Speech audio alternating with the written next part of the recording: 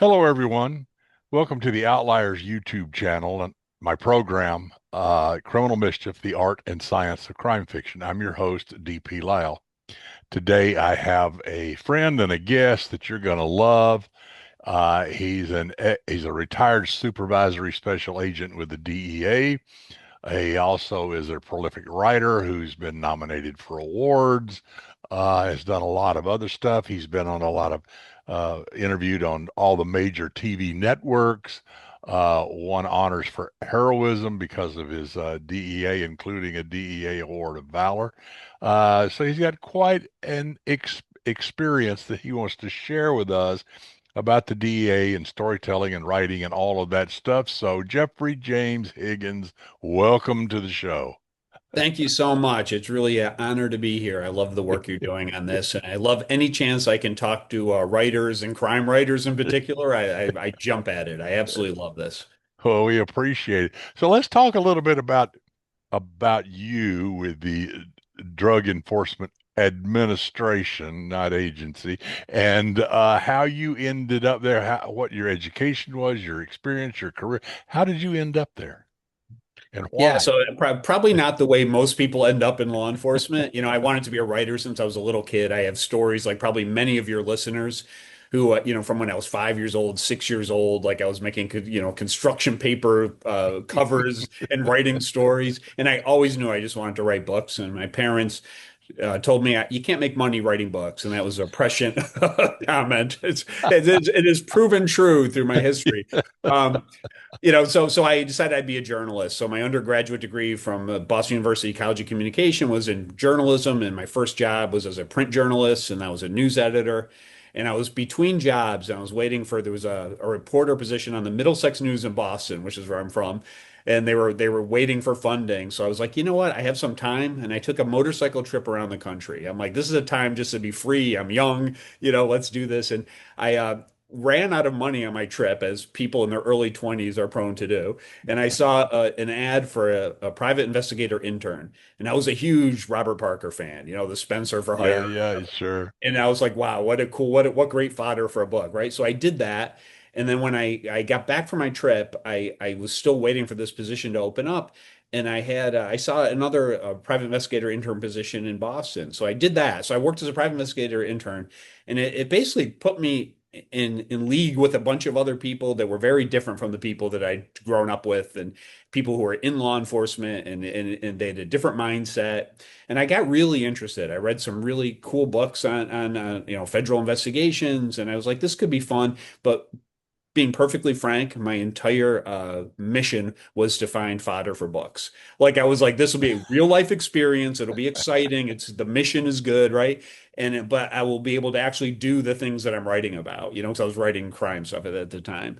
And so I looked around the country, and this was back in the early 90s, and there was a hiring freeze around the Northeast. So I ended up going down to Tampa, Florida, and I worked for the Hillsborough County Sheriff's Office, which was, I think, a third biggest sheriff's office at the time. I'm not sure if it still is. And it was a really professional organization. And I was maybe less than a week into my field training when I got into my first shooting. So, so it was sort of trial by fire. And so I did that for 5 years. I was a organized crime detective at the end, but I worked in an auto theft task force. I did a couple years in patrol. I worked in a street crimes unit. I did undercover work. I ran a hotel motel interdiction unit. I mean, really kind of fun and aggressive stuff. And then I joined DEA. Which is ironic because I'm libertarian, but I joined it because they're really using the drug laws to go after just some really violent, transnational criminal organizations. And I worked in New York City, and I was there on 9/11 when the towers came down, and I vowed from that moment on I was going to use my investigative skills to go after terrorism. So I pushed my agency into terrorism, and I ended up going to Afghanistan. And I with John O'Rourke, who was a country attaché. I was the assistant country attaché. We opened our office there, and I did undercover in Afghanistan. I targeted like high value targets, people with Al Qaeda, Taliban, HIG, other terror groups that were in that region, and used the narcotics laws to be able to arrest people. We were also working with the Afghan police, trying to get their new laws on the books and bring rule of law to that country. So I did a lot of like kind of historic precedent-setting cases, and then ended up spending 20 years in DEA, which was a little surprising. But my focus for most of that time was counterterrorism. Okay. Well, I mean, a lot of people, a couple of questions come up here. You were talking about doing an internship as a PI. Uh, is that because the PIs have to have so much real life experience hours before they can become licensed? Is that how most people, if they want to be a licensed PI, they do that? They do an internship with somebody. So it's licensed, I believe, in every state, but every state's rules are different and their Right. certification and what they need to have their credentials need to be different. So at that time in Florida, I was working as a PI just briefly, but I did it under another PI license. Sure, So sure. I could do it as an intern without being licensed myself and basically just learn the trade. And then I did the same thing for two different private investigative firms in Boston. One, we were doing like broad investigations, like I did some work for the EPA. We were doing a lot of very Sure. different types of cases. And then I worked for a First Security Services, and we were working with like private companies trying to find fraud and drug use and other problems, theft within their companies. So I was working undercover in the companies as one of their employees trying to uncover this stuff. So But I mean, would they were would all those very. hours have counted as work experience toward getting your PI license? Because a lot of states require you have to spend 1,000 hours or 500 something, some time period. Would those things qualify for that? I'm just curious. I don't know, probably. I Okay, mean, I would okay. assume so because you're working under the You're license of working under whatever the company license of this someone. is. They already have the license. So you're working under their authority. In each state, they have like different investigative authorities, but you have to be licensed, which is kind of a weird thing too when you think about it, that you have to have a state approval as a Right, license to like investigate something. That's right. kind of interesting. I Miss wonder how Marple that didn't came have about. one, I don't think. Yeah. Yes. Miss Marple did not have one. Uh, all right. Well, when people think about terrorism and the war on terror and all the things that went on in the Middle East and are currently going on, they think about them as military actions, the Taliban and Al Qaeda and all that. They think of these military, but the DEA being involved in that and using drug laws, how did that, how does that work? I mean, you have a high value target, are you going to arrest him and charge him with drug trafficking or what? I mean, how does that work? So it works in a few different ways, but going back to like after 9/11, when I was trying to get involved in the war on terror, I worked as a DEA liaison to the newly formed Department of Homeland Security. So I was down at their watch center in Washington, D.C., and we were seeing every threat that was coming into the country was coming across our desks.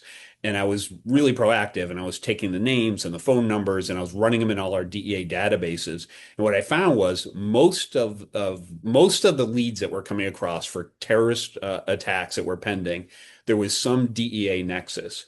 So there were DEA is fantastic at running human sources around the world. They're in roughly 90 offices in like 75-ish or 77 countries. So they're everywhere. And Wow. I mean, I think you could drop two DEA agents on the moon and they develop a source network. That really is their specialty. So what I realized was not only did DEA have all this information, and part of the reason we ended up with 9/11 was because of the stovepiping of information in the intelligence community. So I realized we needed to be more involved and we needed to get that information out. But also it was the drug enforcement tactics.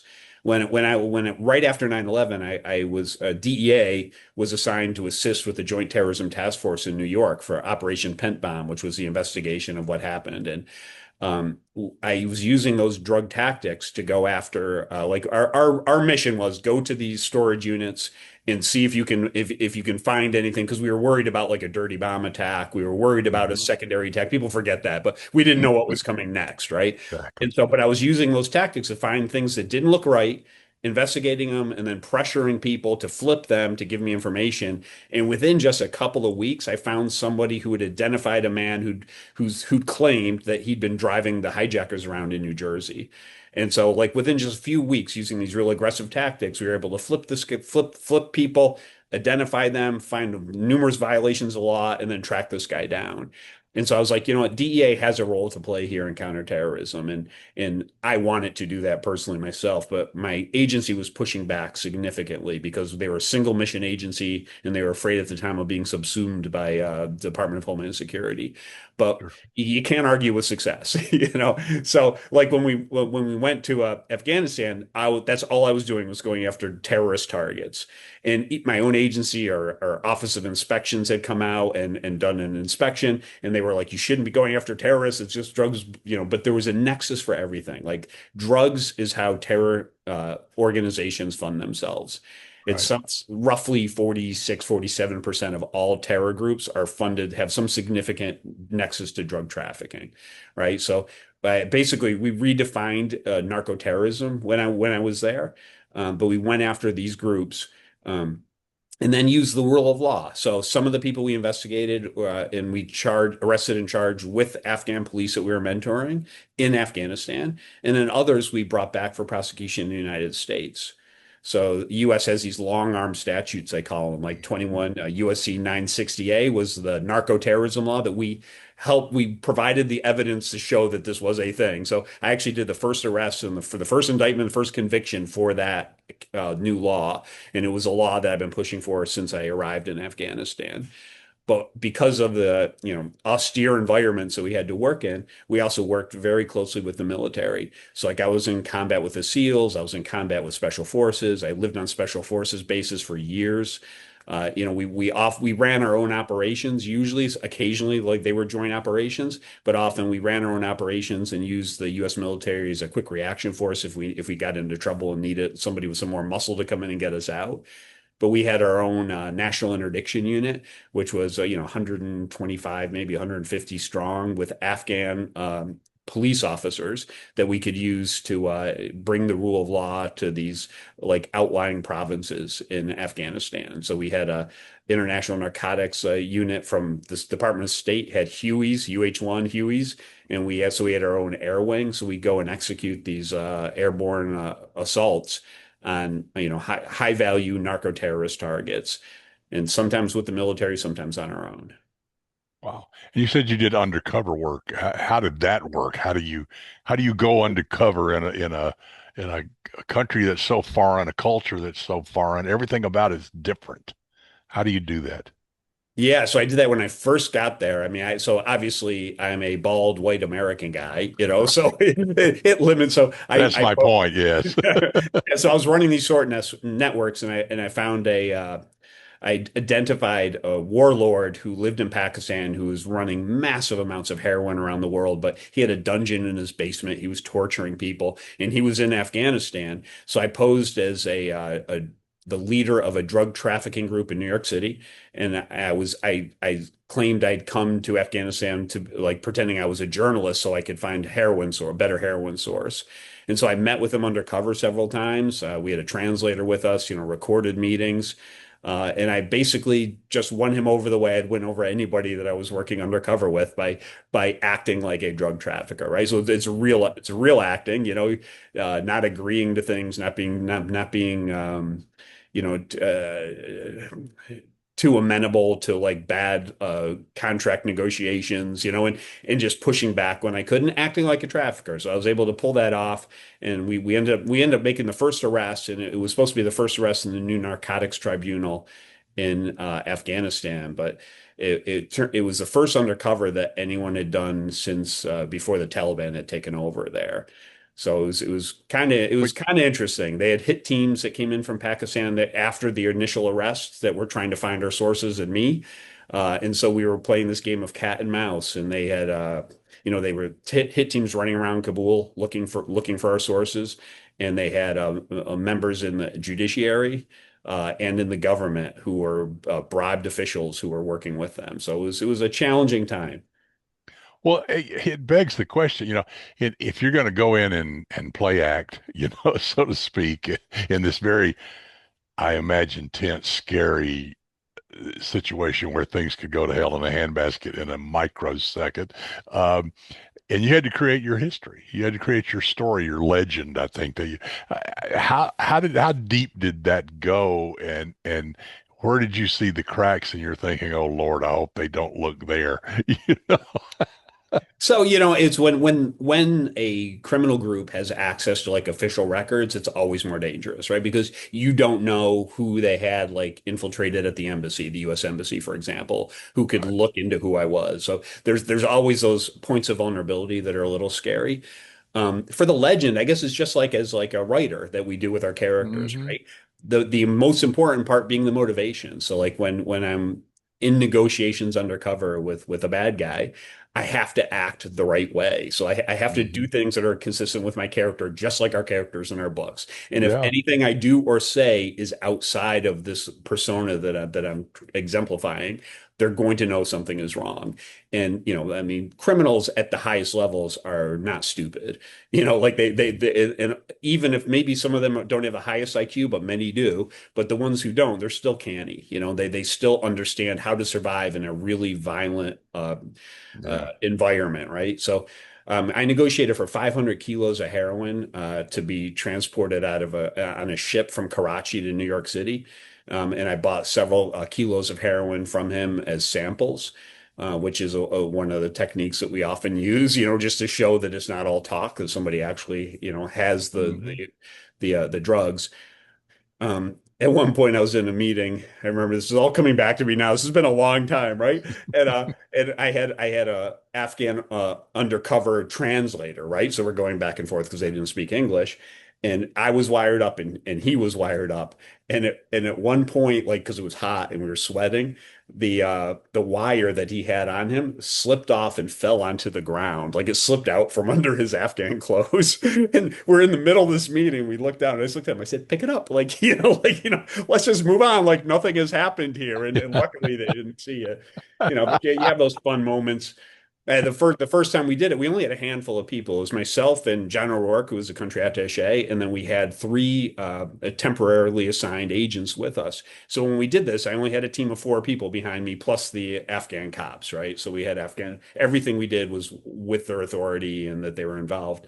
And on the first one, I left the meeting, but there was a confusion at the pickup point. So I was basically walking around in Kabul by myself, with nobody to pick me up. So I literally flagged down a taxi on the main road near the embassy and took a taxi to the airport so that I could lose any tail that they had on me. And then I got picked up later. So, it's when you work undercover, you kind of have to think on your feet. Undercover is a very different animal. Yes. Yeah. Yeah. You can't make a mistake. People have obviously infiltrated the mafia and drug cartels and you name it. And every minute of every day, you got to be on your toes. One little mistake. Yeah. Well, you You got know, in some pretty dicey situations over there, uh, and some of them were funny but not funny.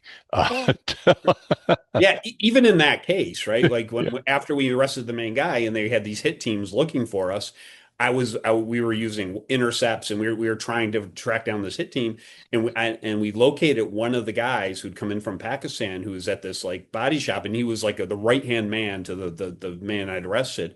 And so I jumped in a car, raced across town. It was myself and my partner, and we get to this back street, and we jump out of the car, and I see him, right? He's at this body shop, and I'm running across the street, and he looks up, and he has this moment of recognition because he sees me, and the big smile on his face because I've been working undercover with him for a long time, and Uh, all of a sudden he notices I'm wearing a bulletproof vest and I have an M4 strapped to me, like, and the yeah. smile just sort of drops off his face. He's like, "Uh-oh." And then, we got him and I tried to put him in custody and he was fighting because he knew what was going to happen to him. And I mean, we were rolling around on the ground. My partner at one point lost his gun. I heard it click on the ground and this guy was trying to get his gun. So I had him, my arm around his neck and I was just hooking him with punches to the face until he stopped. These are just really, and then it's like when you're working in these developing countries, then what do you do with them, right? Like, so we're trying Yeah. to the police, that was an exigent circumstance because he was trying to kill somebody, but we have to prosecute him in Afghanistan. We're working with the police. We brought them out, and we had to find a place through their counterterrorism unit to hold him until we could find out how to prosecute him. And that was supposed to be the very first narcotics tribunal case. I ended up testifying in the Kabul Public Security Court, and then Wow. went back later for the Afghan tribunal. So we convicted them, and I can't remember what they got. They got like 15 or 20 years. I mean, it's almost surreal. Yeah. You know, the way it's law enforcement, but it's not law enforcement. I mean, it's just it's I don't know how you keep the players straight and the roles straight, and I imagine you had to have a playbook to know who was who and what was what, and how many people you could trust and what you couldn't trust. And I imagine that was even among the police, the local police. It, Yeah, I mean, the military had blue on blue incidents. There were sure, infiltrators. I mean, we identified quite a few of them through our intelligence networks. Though we did have people who are corrupt. There's also like we take this rule of law in the United States for granted, but it just doesn't exist in most of the world right. where, police can be bought off. And I mean, certainly we have levels of corruption here, but it's so small compared to the rest of the world. Hmm. And so we had to be really careful. And it was also even the ideas behind like Western jurisprudence, right, aren't accepted in other places. I Right. remember like some of initially when we were taking out these first teams and trying to teach them and doing search warrants and like what is a search warrant and how do we get it? And like it just hadn't been done like that before, right? And so we were both flexing like the legal authority with the judiciary and with a newfound judiciary that was working we were helping write some of the laws with the U.S. Attorney's Office, who was there helping new constitution, new laws, right? And so I remember talking to like one of our detectives early on. I say detectives, they were all just cops, and some of the ones who were smarter and had better skills were like, okay, you're going to be an investigator, right? And I remember telling him, he's like, oh, we need to go out and arrest this guy. I'm like, okay, what's our evidence? He's like, he's a drug dealer. No, I know, but how do we know that? Well, everybody knows, Yeah. like it's Right. this idea, but that's how a lot of the world works. Yes. So we had Yes. to bring this to transparency and this idea that there must be evidence and people are innocent until proven guilty, and then show them how to do that and collect. And I mean, there were Interesting. many, many, many, many tense and interesting moments. What other countries besides the Mideast did you find yourself ensconced doing this kind of stuff, or the other places around the world? Yeah, I've been to over 50 countries. I did work in Haiti and the Dominican Republic and Honduras, and I did a lot of work in Thailand. Went later after, so I was with the Kabul country office, and after that, I went to our FAST teams, which is DEA's foreign tactical teams. I was Right. in the first group first, and I did that for 5 years. So that's where we were often working with military around the world. But we had all the capability, machine guns. I was a grenadier with a grenade launcher, and I was a demolitions guy and a back, Wow. and our EMT. So Is there so anything you didn't do? I know it was really I was really fortunate, right? They were really interesting. And I did that for 5 years, and then after that, I joined our special operations division, where we actually had a unit, the narco terrorism group. It was just so ironic because I went from the very beginning after 9/11, trying to push my agency into this and getting a lot. I mean, many people were totally on board. Like they were like, "Yes, we need to do this," or "They're patriots. We have information. We need to." But a lot of people, like more of the bureaucrats, were not. Right? They were, and then all the way till now, DEA had its own narco terrorism group. And that's where I worked with a lot of intelligence and police from around the world. So we use places like Thailand, where it's kind of think of like Casablanca in World War II. It's places where you have all these terror groups, you have transnational criminal organizations, you have intelligence services, and you sort of have these places that are situated and open enough where anyone can go. And we do meetings there and undercovers there. But we worked all over the place. I arrested a Iranian spy who's a dual American citizen, and ended up luring him to Estonia. And we arrested him in Estonia. I did undercover meetings with. I wasn't the undercover, but I had a source who was the undercover. But I was doing surveillance with him and covering these meetings in the Ukraine. So we just sort of all over the place. Hmm. Wow. So you entered this whole world because you wanted to be a writer. And now you've had this incredibly experienced and broadly and richly experienced life. When did you finally decide, okay, it's time? I'm going to start writing these stories. How did that come about? What was that decision process, and where in your life did that occur? Yeah, that's a great question. I teach one of the classes I teach is on writing mistakes, and one of my personal mistakes was not writing the whole time. I should have been writing, even though I had the highest level security clearance, and maybe I couldn't publish at the time, but I should have been Right. writing the whole time, and I didn't. And I also I really didn't think I would love it as much, but even as when I was a cop in Florida, right, was saving people's lives, and you're catching murderers and rapists, and there's something to that. The mission itself is so good. And then Mhm. when I was really fortunate in DEA, even though when I originally started, I didn't think I'd go 20 years. But then after 9/11 and doing this counterterrorism work, I was able to like defend our country in a way that I wanted to, that I wouldn't have been able to do in any other way, and so at some point too, because I was doing all these cool things, I didn't want to leave, but then I wanted to get to my 20-year retirement, right? So I could Yeah. have something at the end of it. So right at just past 20 years, I put in my papers and retired, and I started working full time as a writer in 2017. Okay. And how many books have you managed to publish at this point in time? I have seven that are out, traditionally Okay. published. I did a self-published novella that I did this Kindle Vella program where it was like Yeah, yeah, yeah, serialized yeah, fiction. And yeah. so many readers were saying, "Could we get this as a book, like in one thing?" And so I just did that myself. I had a couple other books that I've pulled back based on my last agent's advice from publishers. They thought it was the wrong branding and the wrong distribution and everything at the time. Mm. And I believe I think I've written 16. I've got a desktop Okay. covered with manuscripts right now. And Exactly. I have one of them's out with an agent right now to publishers, but you know the process, right? You can Oh only do yeah, one at a yeah, yeah, time, yeah, yeah, and yeah, it takes a long time to find. I've had three agents. This is actually my fourth agent. So it yeah. takes a while to get an agent. It takes a while to go out on submission, and then years sometimes before it actually hits bookstores. Cool. Um, what's your latest? What's the one you just came out with?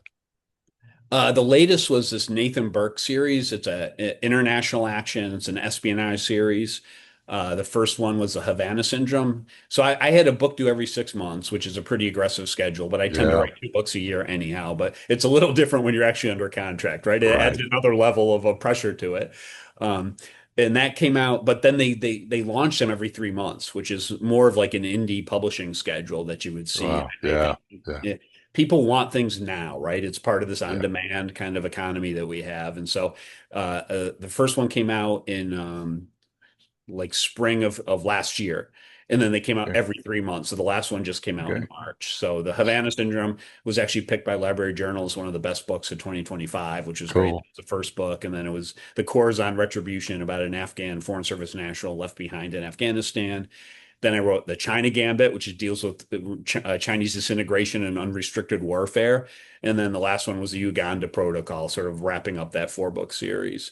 But they all can be read as standalones, but Yeah. it is one character, and there is a character arc across the four Okay. books. What's next?